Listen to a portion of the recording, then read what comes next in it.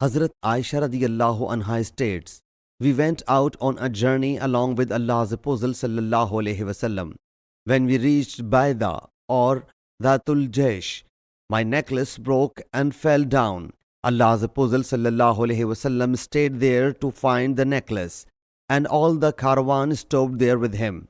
It was a place where there was no water, nor did the companions radiyallahu anhum have any water.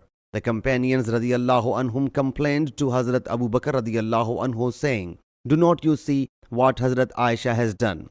She has caused Allah's Apostle sallallahu alaihi wasallam and all other people to stay. It is a place where there is no water, nor do the people have any water with them.'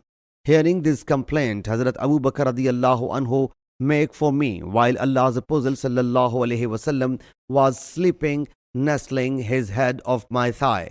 Hazrat Abu Bakr radiyallahu anhu started scolding me and said, 'You have detained Allah's Apostle sallallahu alaihi wasallam and all the companions radiyallahu anhum at a place where there is no water at all, nor do the companions radiyallahu anhum have got any water.' Then Hazrat Abu Bakr radiyallahu anhu, being annoyed, continued saying whatever Allah Jalla Jalaluhu willed and poking.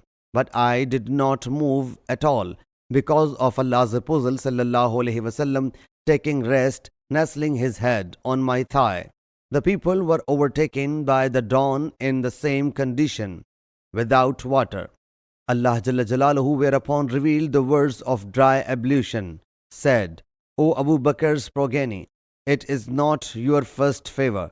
Hazrat Aisha radiyallahu anha says, 'We caused the camel I was riding to get up, so we found the necklace beneath it.'